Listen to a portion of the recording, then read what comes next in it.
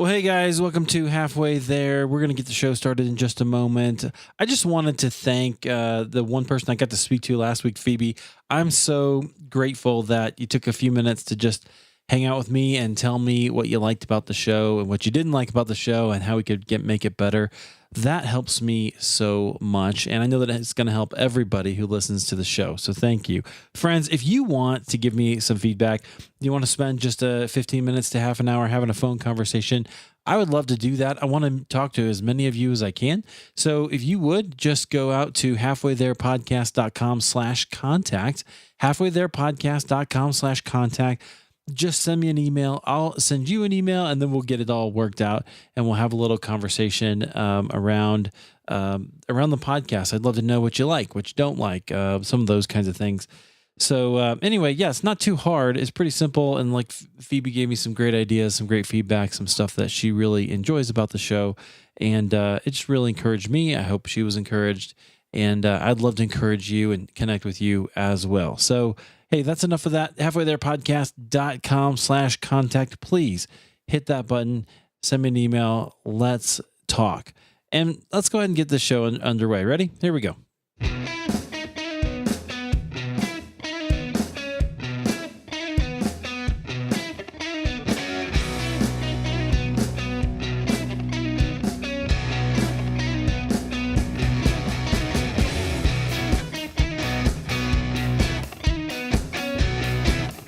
Friends, welcome to Halfway There. This is the show where we have honest conversations with ordinary Christians about today's Christian experience. This one's going to be a fun one for you. I think you are going to laugh. You might even cry. We'll see where it goes. And no matter what, I can almost guarantee you that you're going to be entertained. So I am here with comedic storyteller Michael Kingsbury. Michael, welcome to Halfway There. Hello.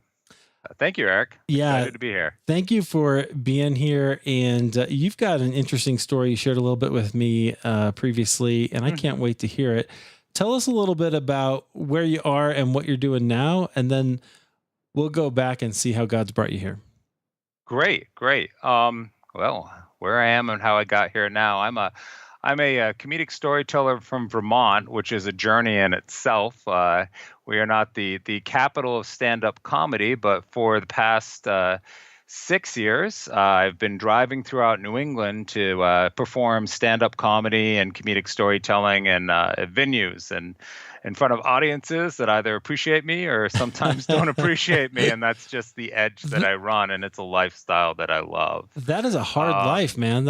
I hear it's a real hard life, and it's fraught with both struggle and faith. And prior to this moment, I didn't quite see the connection with religion, but there definitely is. I've had to, despite evidence, I've had to say I will persevere and continue to do this. And so it's a hard life, but it's absolutely fun. And on the spiritual side, I am as of January 6, 2018, I was proclaimed as Christian. So I did the deal on that date. It was a slow progress, which I'm going to talk about, but it's been a fantastic journey that continues to now. So I guess I'm a comedic storyteller that also is a Christian. That's fantastic. We need more people who are able to tell a great story. And particularly who understand, I think, the big story that God is telling and how we fit into it. Man, I think there's a huge opportunity there. Yeah, and I was asked to do a testimony, and at first I was sitting there going, "What is a testimony?" I look them up, and there's always Christian testimony is the big thing, and then. But the pastor finally said, it's just story. That's what you do. I'm like, so that the modern language is story, where it's just something that's deeply personal and how you feel about something. You kind of tease out the depth of it. So in my own testimony, I really looked at it like, I'm already telling stories. So why don't I look at the faith journey that I've had and phrase that in a storytelling type of vein, which is the type that I do, is true first person, no notes, and not stand-up comedy where it should be funny, but it's not like one-liner joke after the next. It's something that has a beginning, middle, end. And this point, and this, as far as like a faith journey, it just keeps going. There's an end to one part of your faith, but you keep on going. At least that's what I'm finding out. But yeah, I found too that, and as I've grown in faith and gotten to know more people, I begin hearing pretty amazing stories. I mean, you look at somebody and you think based on seeing them that, oh, they've been Christian since 2 years old, they were confirmed, and you find out, no, this person had a really interesting walk. Mm-hmm. So when I hear other people's narratives, it really strengthens my own. Yeah. So I'm a huge fan of storytelling. Well, that's one of the premises behind this show, and it's one of the reasons that I called it Halfway There, right?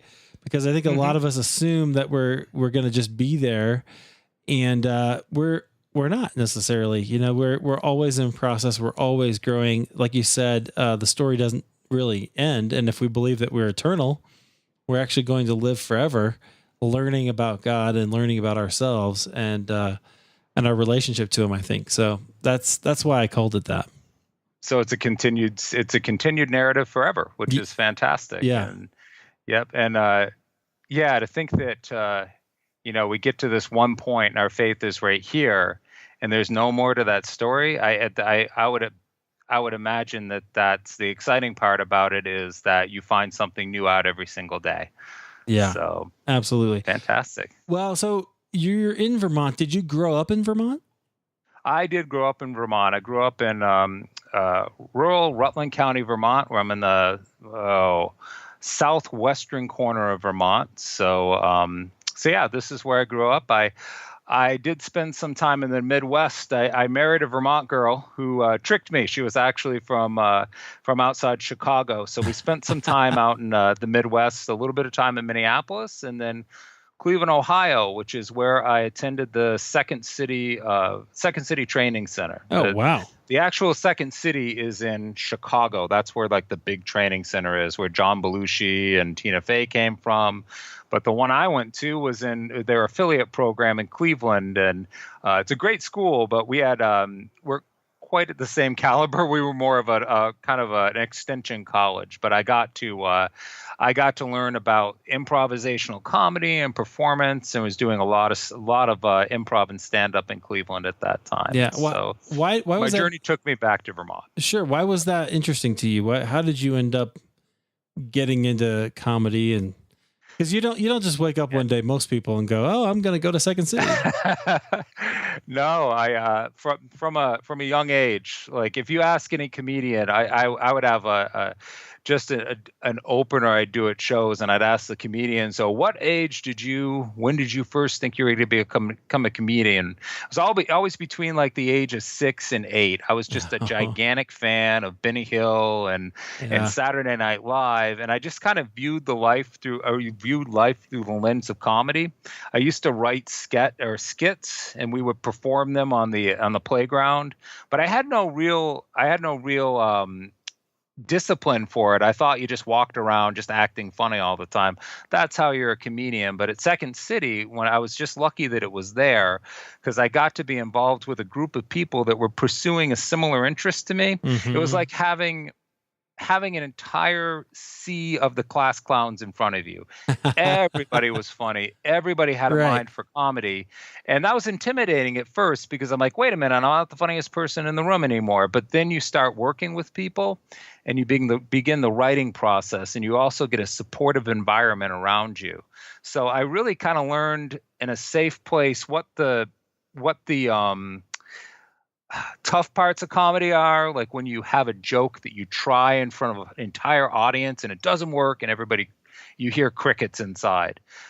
When you're around comedians, you've got a supportive environment because they know what that feels like. Right. I also got to see what happens when an organic scene, like a comedy scene, builds. It's really exciting when you're part of something. But unfortunately, I was also, just after I went, sometimes these places, the Second City in Cleveland couldn't support itself, so the Second City closed, and that scene unfortunately left and went other places. But So, and that's been kind of my comedy journey. I've been in places where I've been with a group of people and we've created a scene, and they go for a little while and then you're on to something different. So I'm kind of always evolving in comedy. I started out in improv, then stand up, and then I went to storytelling. So, and who knows what next? Yeah. So I'm curious about your spiritual climate when you were growing up. What was that like? I have stated that I'm an atheist. I mean, I think over time I just became comfortable. I've had time to reflect on that term as I've gone through this journey, but I think over time I just became kind of comfortable with that term as far as where I stand in the universe. But when I was young, I grew up loosely in the Methodist church, loosely meaning that we didn't have a strong connection to the church. We weren't one of the families consistently bringing donuts, or we would go if there was something better on TV, like cartoons or sports. We had the option of staying home, but we had some level of participation. I yearly would participate begrudgingly in the Christmas pageant. I was typecasted 4 years of being one of the worst dressed of the three wise men. They Nice. had this. They always had me wear this horrible purple bathrobe that was like a men's size 3X. It would just drag behind my feet like a wedding veil made of shag carpeting, and then I had this bulbous baker's hat with all these rubies that were just plastered on. I looked like an Arabian nightmare. And we didn't have frankincense, but they gave me this decorative cologne bottle. Nice. That reeked of Old Spice. Yes. And it was like one of those glass like ships. They're like, why is he bringing the Christopher Columbus ship to the manger scene? And my parents would just sit in front and just laugh. Every year they got a great seat and they laughed. But the last time I did that, they explained to me that I wasn't going to be doing it anymore. And really, after that, that's where my formal church attendance ended and my atheism began. But Wow. really, after that point, when I was a young kid, we didn't really have a lot of pull to be going to church, and I kind of was left, whether if I wanted to go, I went, but I sort of just drifted away. It's not. Save that pageant, there was nothing that really scarred me as far as religion went, nothing that was a bad experience.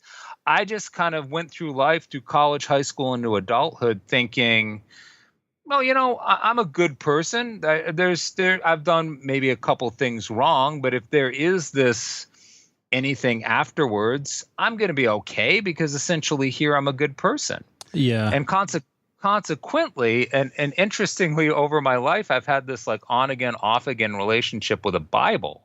Like, Oh, that's I interesting. would read it. I know, and I'd read it, and I'd be like, I'm going to read the Bible in a year, just to say that from an intellectual curiosity. But I would start it, and then I would get to this one verse in Matthew 10:37 that says, "You got to love God more than anything, more than your spouse, your kid, your Xbox, your dog." And I would just close it and just toss it on a stack of books that I'm never going to say I'll read, but I never would, because that line of thinking was just at the time totally opposite to the way I wanted to live my life. I mean, I had these goals to do comedy. I knew that's what I wanted to do. And things in my life were far more important than any concept of God at that time. So that was, through my childhood into my young adulthood, kind of where religion was for me and where I ended up. Yeah. If that makes sense. No, it totally makes sense. Were you aware that you were making a choice? Like, were you aware of, I read this and I don't like it because I want to do my own thing, or was it just it made you uncomfortable and so you put it down? In retrospect, both. In retrospect, both.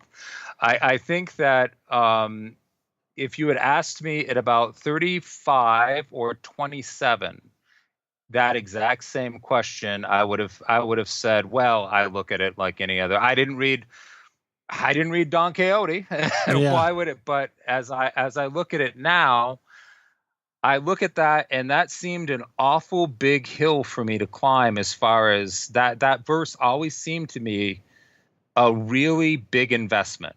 That Yeah. this is putting God first is what you need to do. And I'd read that, and just I could feel something internally and just say, I can't do this. Wow. So I think both. I think there was, now as I look at it, there was a charge there. And I think at the time I was quite invested in my own purse for a number of reasons.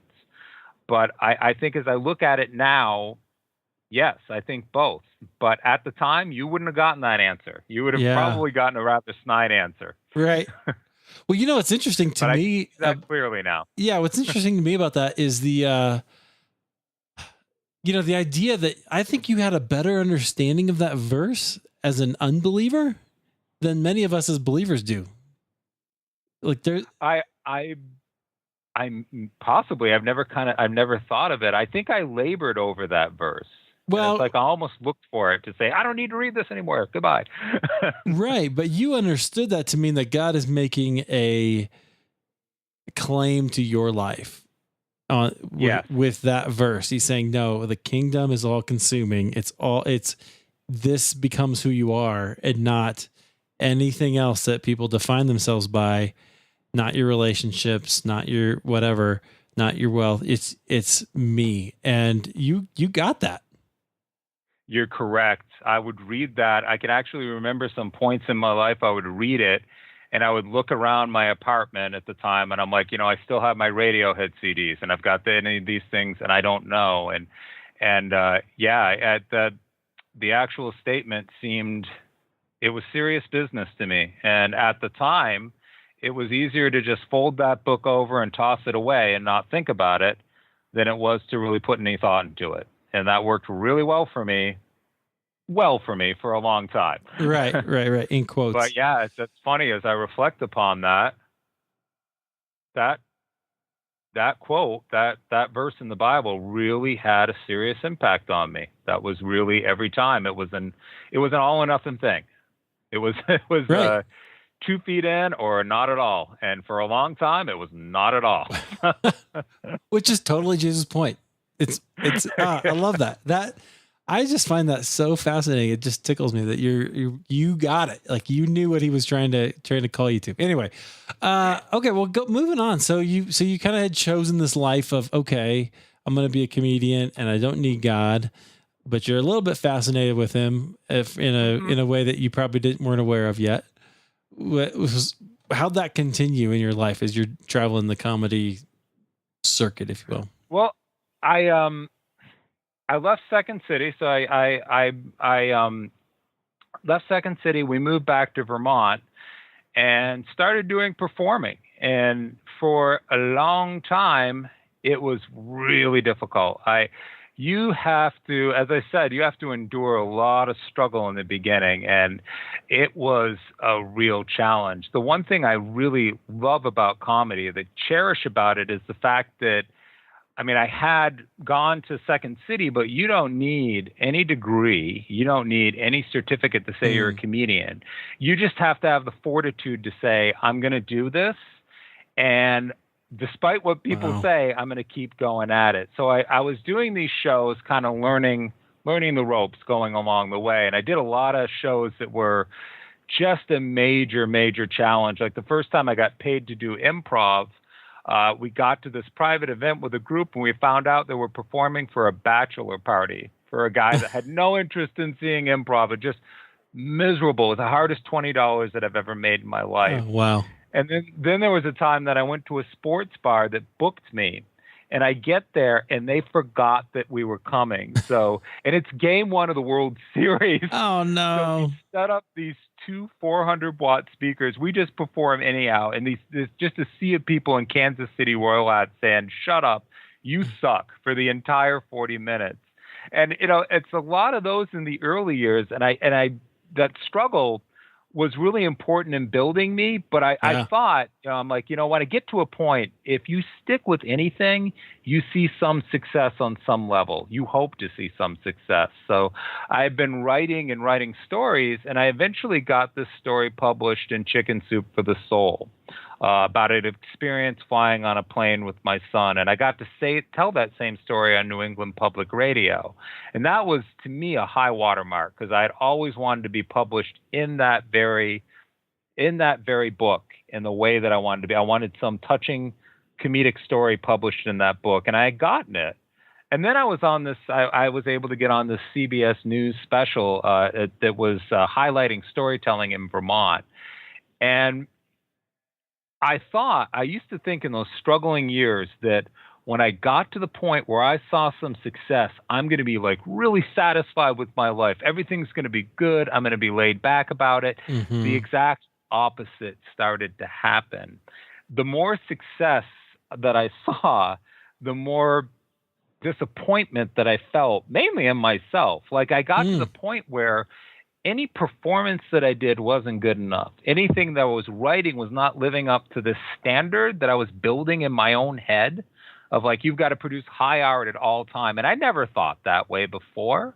And I just got into this real funk where I was in a total writer's block. And it was the antithesis of what I wanted to do. It's comedy. It's supposed to be fun, but it was becoming a complete chore.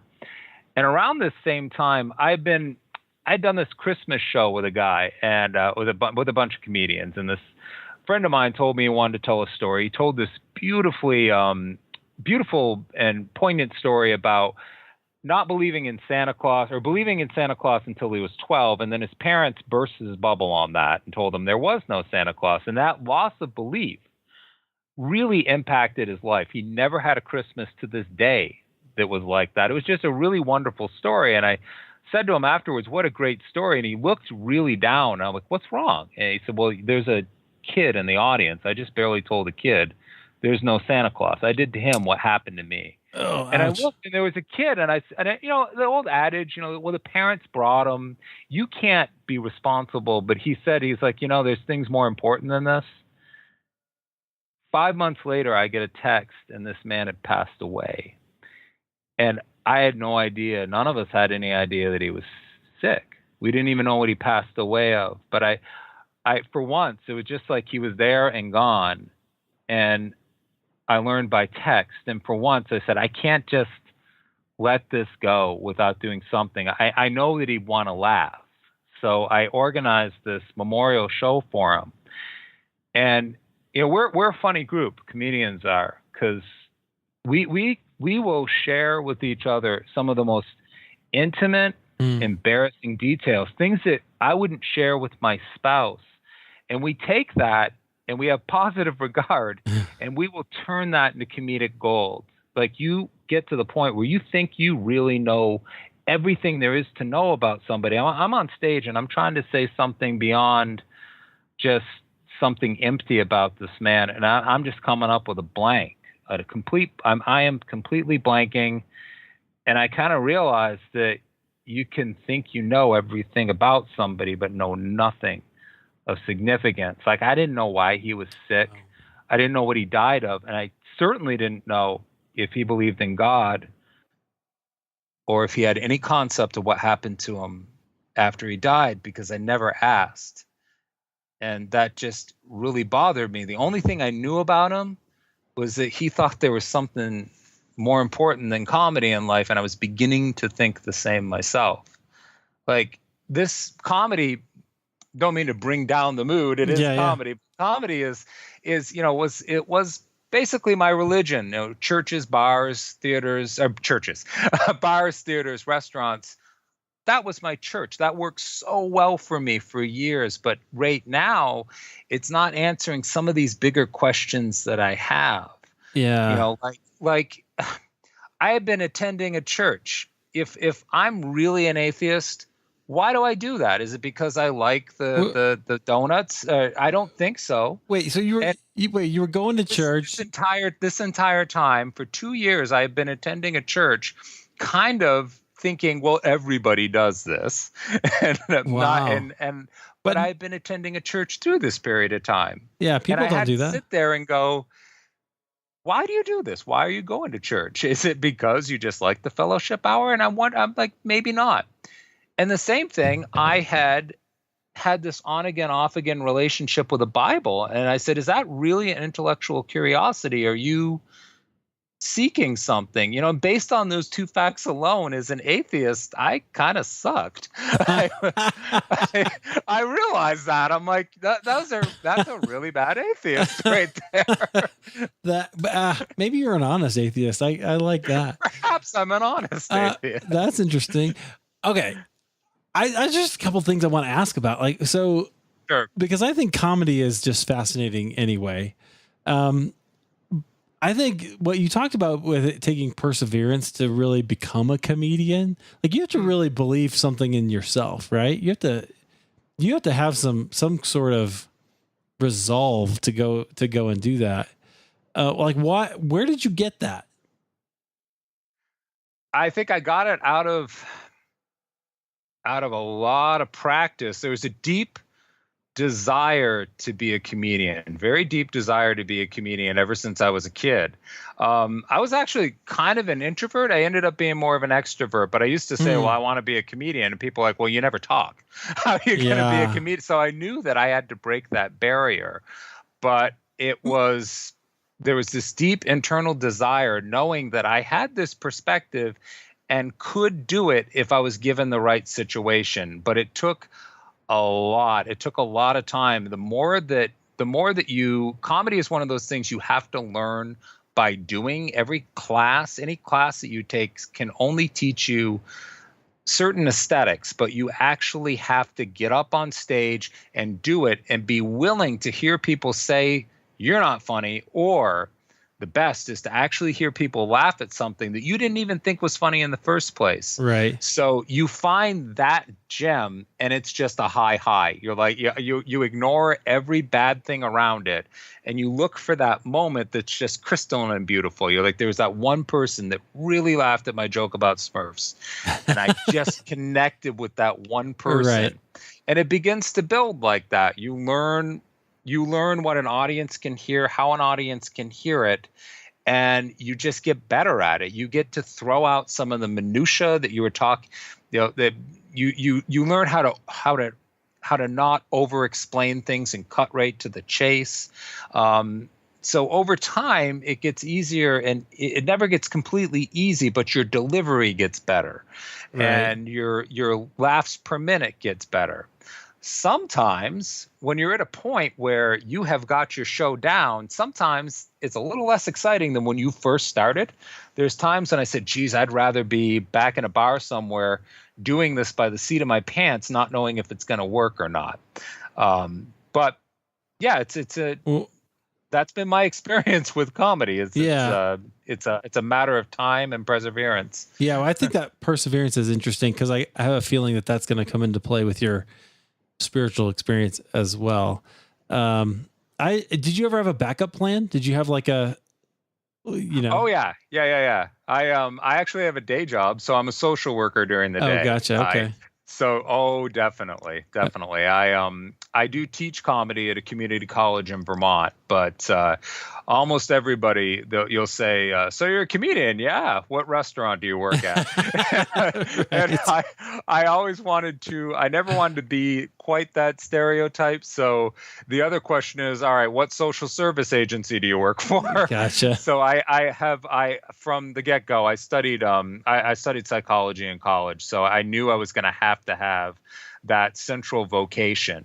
The beauty is that I've been able to create a comedy career around that, where I've been able to do some touring, but at the same time, keep this 9 to 5. It's a really weird thing. You work this normal day job, and comedians don't know what you're doing during the day, but the minute you're done, like 5 o'clock, I'm just hopping in my car, driving North Adams, Mass, and then having to drive back after a show. But they're two separate worlds. Like at my job, people are like, so you're a comedian, how does that work out? And I'll explain to them what I'm doing in the evening. The same thing happens when I end up at a restaurant in Massachusetts. They're like, "What do you do during the day?" I'm like, "I'm a social worker." I can't even picture it. So you get caught in these two different worlds. It's kind of interesting to live in.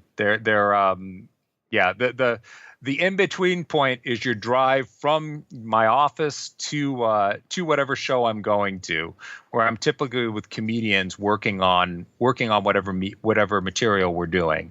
So yeah, that's been in a nutshell my experience. That's like your phone booth. You're changing into your Superman costume, right?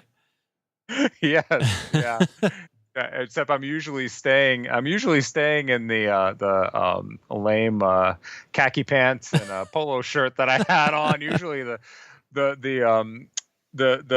dress is fairly they work both for both. You're like, you could be a comedian or you could be a social worker. Perfect.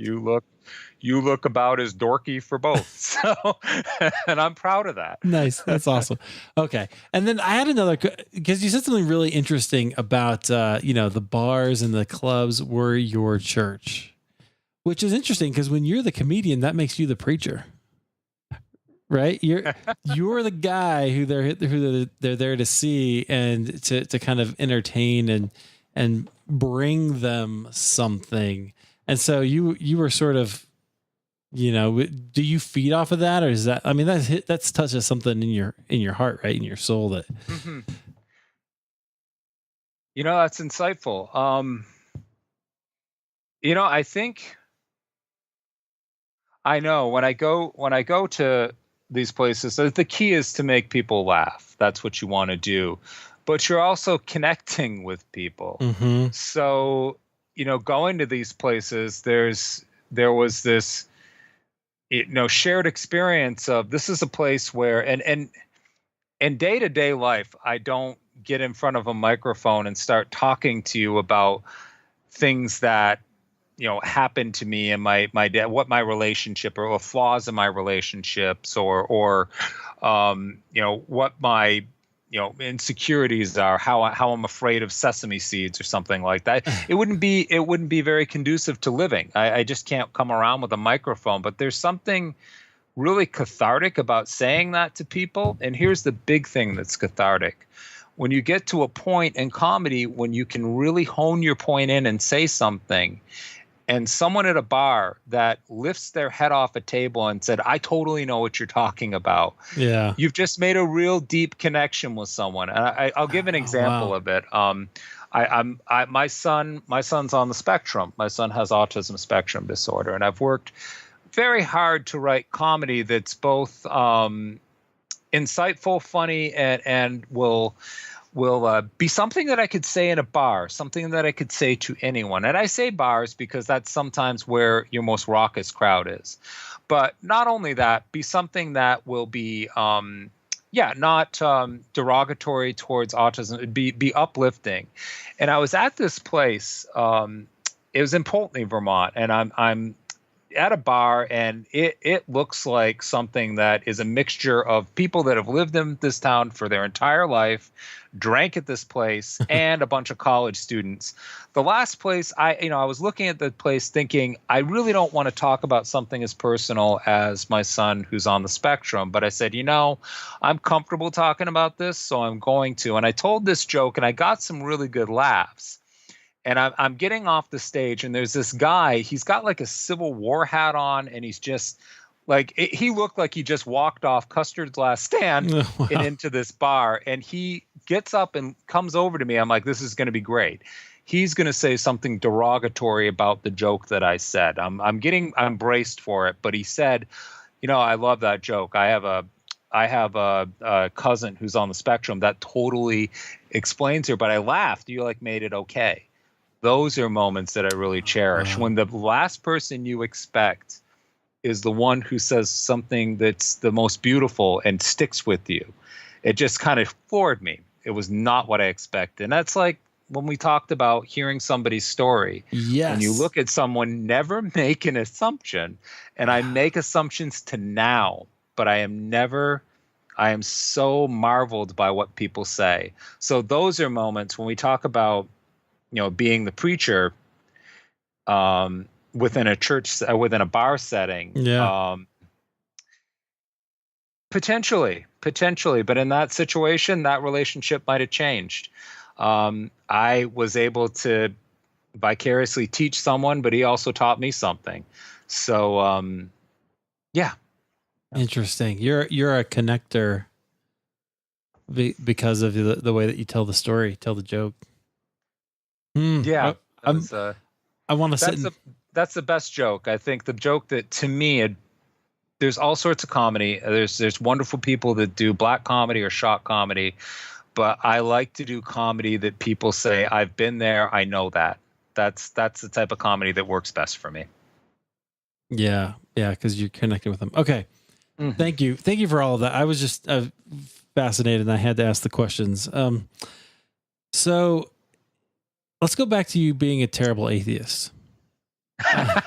Yes, I'm a horrible atheist. I was a horrible atheist. Well, so while you, I'm not any longer, but which is fantastic. We're going to get to that right now. I'm a good Christian, which is awesome. Because that's an amazing transformation. But you always had. It sounds like. What's that? It's still hard to say I'm a good Christian. I hear that, and I'm like, I'm looking around at, did I just say that about me? Wow. Oh, I love that. I love that that's new for you. And then you're like, oh yeah, it's still brand new. It's like a set of shoes out of a box that I don't really know what to do with. And I clomp around the house with them. I'm like, eventually I'll take them running in the mud, but I really don't want to take this new skin running in the mud just yet. You'll break it in a little bit. It'll be all right. So it sounds like you always had this fascination, like you said, kind of this on again, off again relationship with the Bible. You were going to church. So there's something that was drawing you. What was that inside feeling that you were just kind of compelled to go do those things? I think initially it was a connection, just to have a connection to a greater, a larger group. And I think it then became, these are real nice people that I'm hanging out with. I really like these people. I don't know that I really view, and this was an atheist sitting in church saying these things in my head, because I had a lot of conversations, I think, with God now, but by myself. And I would say, I think these are really nice people, but I don't know that I view the world that like they do. And that began to shift a little bit over the same period of time when I said to myself, well, how do they view the world? Do you even know how they view the world? Oh, wow. Because if you don't ask someone, you don't know. And I would, just like the guy in the bar, I would sit there and look at an outward picture and assume, well, geez, I know what that's about. But then I'd be totally fascinated when I find out, no, that's not what I thought at all. Regarding the Bible, I thought I knew what it was all about because I would start reading it, and I had this impression I'd never read the thing. So I started reading it a little bit and learning a little bit from it. That took a little bit of time, but I was learning a little. I decided that, well, if this book is the template for how these people read, maybe I ought to read it. I played Dungeons and Dragons. I read the Dungeon Master's manual so I could know the game. If this book is the template for how these people, if they're telling me that this book is what they base their life upon, why don't I stop being cynical or assuming that I know things and start actually reading the book itself and get some type of an idea about it? Like little subtle changes started to happen. Hope I'm not drifting too far from the question, but that's great. Subtle changes. So I didn't really have a template for exactly like some of the words were lost on me, like life's a journey, and I had to get really specific about things, but like subtle things began to change with me, like within my personality. This is an example of a conversation that I might have on any given Friday in my house. I'd be looking around my house and I'd yell to my wife, I can't find the remote control to the TV. That is proof there is no God. And to which she would say, look between the cushions and have a little patience. But the fact of the matter is that I would look at these life occurrences, mundane life occurrences, and I would exactly go there. I'd see, well, how possibly can this bagel shop not have my favorite bagel? It couldn't be a God. But if I look at things that are mundane like that, what's going to happen when something really big happens? Yeah. Who knows? But I started reading, and I'm reading, I got pretty far into the Bible as I was reading it. And I'm reading accounts of people that experienced struggle that was far greater than having their ability to watch Orange is the New Black impeded. Right. And the way they dealt with it was patience. So that's something that I began to work on a little bit and actually began to pray about a little bit. I'm praying, and I'm still kind of saying, well, I'm kind of just trying on this new skin, but I'm actually working on that a little bit. And I'm finding out patience. Working on patience is as hard as working on your comedy set, because you want your comedy set to be perfect right away, but it can't be. You have to work on it. And patience has been a real lifelong thing for me, and something that I want it now, and I want the results right away. But that's something that I began to work on. And I could actually feel when I'm like, I know what people are talking about now. Another subtle change that happened, I'm a gigantic heavy metal fan. Huge heavy metal. Like, I'm going to see a metal show in a couple weeks in Montreal. Just an ardent heavy metal fan. But as I'm going to church, as I'm speaking with people, I'm finding that my iPod playlists, like Metallica and Megadeth, are still in there. But all of a sudden, things like DC Talk and Hillsong Worship are finding their way in there, and that's the point where I'm like, what's happening to me? But so there's these subtle changes that were beginning to happen to me as I really, after my friend passed, as I really started reading the Bible and started looking for some type of meaning. But those little subtle changes began to happen. Yeah. Wow. Interesting. So take us into the moment when you realized, I'm not an atheist. I'm a theist. I'm a believer. I'm a Christian. Might take me a second to get there, if that's okay. That's okay. Take your time. You're the storyteller, man. So I have been, going to this church, and there was this email. They needed people to hand out water at this outdoor carnival, and I figured, like, the least I could do is to give some service. Like, I could hand out bottles of Evian to people, and the pastor is there, and I've always had a difficult time speaking with pastors. I just think they're going to be able to see right through me. But this guy is about my age, so I identify him with him a little bit. We're walking back to our cars, and we're talking, and he's talking about the band The Smiths, how much he loves The Smiths, which I communicate.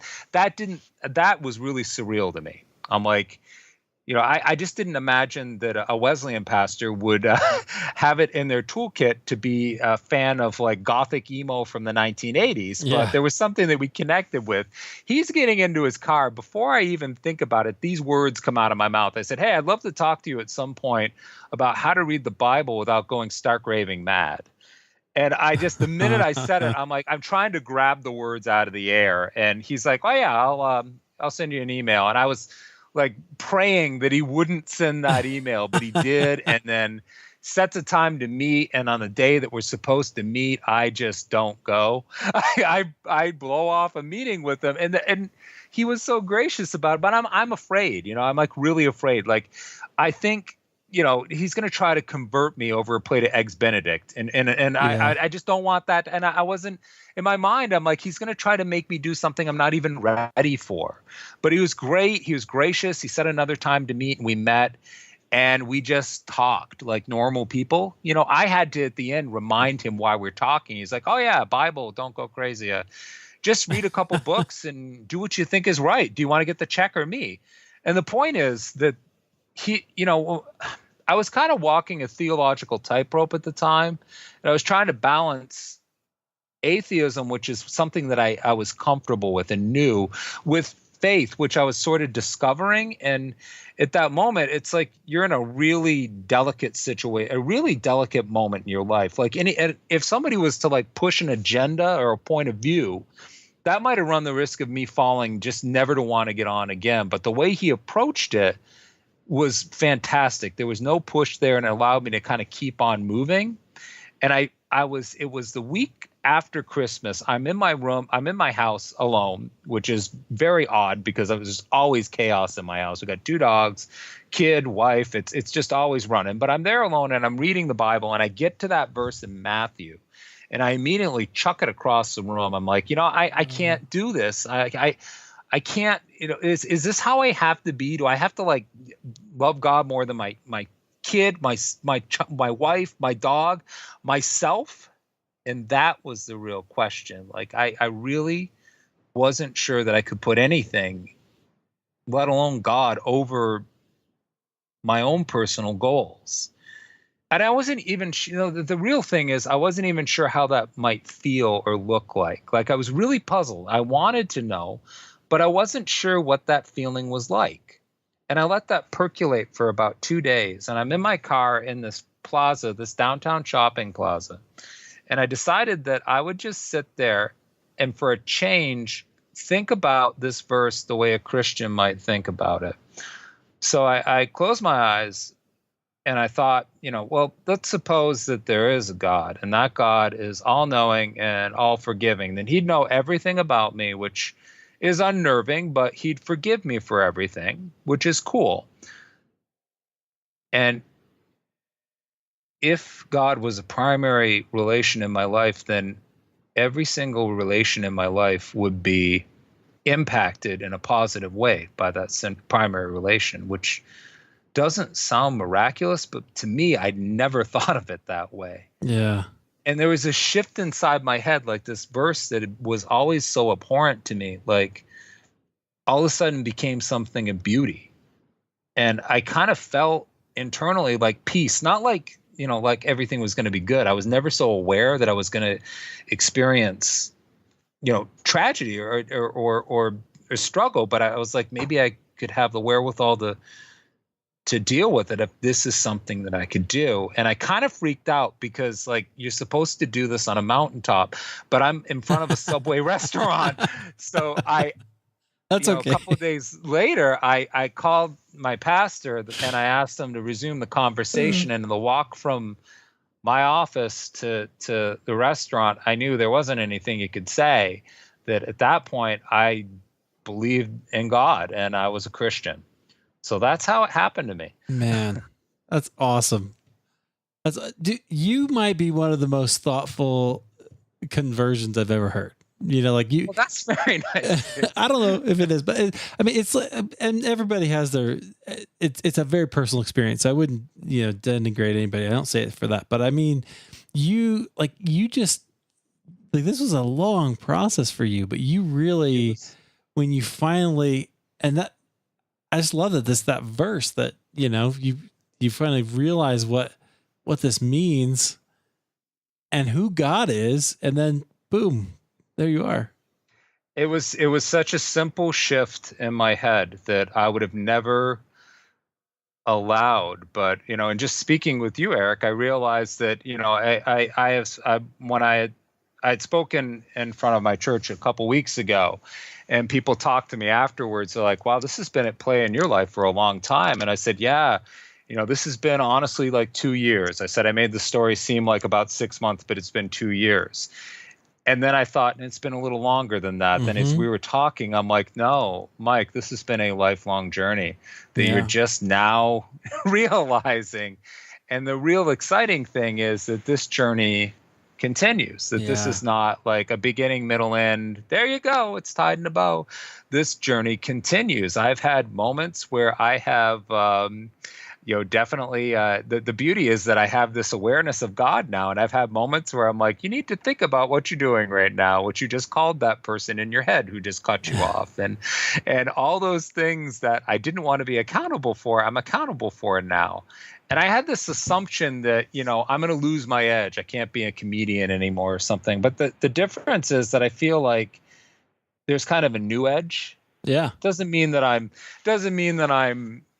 living this whitewashed life that, I everything's going to be perfect, and I'm I'm going to live in a house that everything is shellacked and absolutely perfect. No, on the contrary, I'm it's a new edge. I mean, that's Christians that I know I'm finding out that life is not easy for anyone, Nope. including Christians.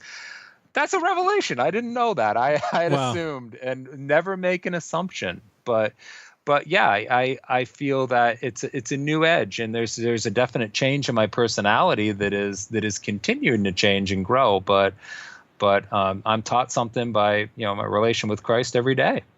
I absolutely love that. What has this done in your family?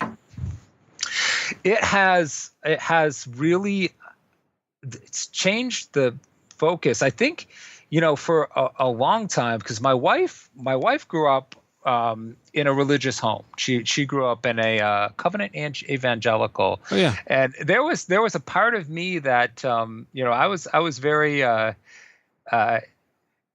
there were jokes that I might have made or comments that I might have made, and just that my life, I had not ever factored that outwardly as something that's been important to me. So, and part of it, like some of it, I was doing in a little bit of secret. Like I was reading the Bible in secret. I was hiding it from my wife. Like she'd come downstairs and I would throw it under the cover. Like she's like, "What are you doing? Reading pornography?" I'm like, "Oh no, worse, the Book of Luke." But there was this part of me that I would be reading it and I'd be like, "Hypocrite." And and the night I was meeting with the pastor at this restaurant, and I was like, I haven't told my wife any of this, and he's laughing. He's like, "Why?" I'm like, "I don't know what she'll think." And he's like, "Well, I would bring it up to her," and I brought it up to her. I'm like, "I got to tell you something," and she's looking at me like, "What are you going to tell me?" And I said, "I've been doing a lot of thinking, and I think that I know that I'm a Christian," and I laid out the points, and she was exceedingly happy. But she's like, I know you've been reading the Bible. She was like, I know I've been doing this, and she's seen a real change in me, but it's also a change that's ongoing. Sure, of I course. never want to be the type of person that I'm a Christian, I don't have to do the dishes now. Right, of course, yeah. And I don't think that's ever said, but I just I feel highly aware of things that I do that might not glorify Christ, and within my own family. And those things, I'm not beating myself up over those things, but I'm just trying to, I think it's really impacting my relationship within my family in a positive way. I've always been a good guy, I've always been the good dad, but there is an awareness that's coming out now that's far different, far deeper. Looking at just my own personal or our own personal struggles with gratitude. Like, what are we grateful for in things that happen on a daily basis? How are we grateful that we lost the remote control? We get more time to talk to one another. Right. But those are things, and it's been a new relation. My wife was probably more easy with it than I was at first, and it's like, geez, it wasn't something that I had to keep secret. I could have just come out and said it from the get-go. But it also means that I was really seriously pondering it and didn't want to open up my mouth and say something like this if it wasn't something that was really true. Right. And I just felt like over time, one a view of the world had been forged, and that's really a change. And I just didn't want to. I love my wife so much. I didn't want her to think that I went to bed one day as an atheist and woke up and I was a Christian just miraculously in the morning. It was a long, thoughtful process. So I explained to her where this came from, and she said, "Well, that's great. Welcome to the fold. Now the real work begins." Wow. Oh, she was glad you were there. I love that. What a great note. I think we'll end it there. I'm sure. I can't wait to see what God's going to do with you, Mike. If people want to connect with you, they want to find you, where's the best place for them to do that? Oh, Well, my WordPress site, when I have it up and running, which I will get it up and running. So, Okay. So Michael Ray Kingsbury at WordPress.com. Okay. My blog has current shows that I'm doing, current publications that I've been in. Perfect. And okay, great. I'll have those links, friends, in the show notes, which you can always find on halfwaytherepodcast.com. And just go there. It'll be up, and you'll be able to find Michael if you want to connect with him for sure. Michael, thank you so much for Thank you very sharing much, Eric. your story. It just for someone who has a completely different story, it's just encouraging to know that God is faithful. He's persevering, and he's, if he wants you, he's gonna come and get you no matter how long it takes. So. Mm-hmm. He'll find you anywhere, even in front of a Subway restaurant on a Tuesday. Yes, which it was just the perfect place for me to be found. I'm kind of laughing about it. I'm like, yep, you get the fast food restaurant on a Tuesday. That's how a comedian. That's how a comedian right. comes to It's God. not as picturesque as the mountaintop. Yeah, it's not as picturesque as the mountaintop, but it's equally effective, and that's all that matters. You know what? I think it works for me. Amen. Brother, thanks so much for being here. Thank you so much.